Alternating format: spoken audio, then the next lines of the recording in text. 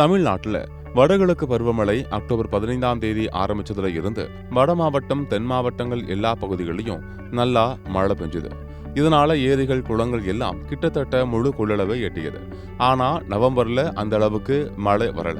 அதுக்கப்புறம் டிசம்பர் ஆரம்பிச்சதும் சென்னையோட நகர மற்றும் புறநகர் பகுதிகள் எல்லாம் மழை நீரில மிதக்கிற மாதிரி ஆயிடுச்சு. வீடுகளும் சாலைகளும் எல்லாம் வெள்ளத்துல மூழ்கி போச்சு.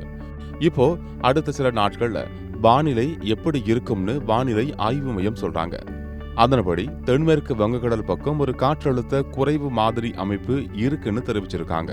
இதனால இன்று முதல் 15ஆம் தேதி வரைக்கும் தமிழ்நாடு, புதுச்சேரி மற்றும் காரைக்கால் பகுதிகளில் லேசானது முதல் மிதமான மழை பெய்ய வாய்ப்பு இருக்கு அப்படின்னு தெரிவிச்சிருக்காங்க.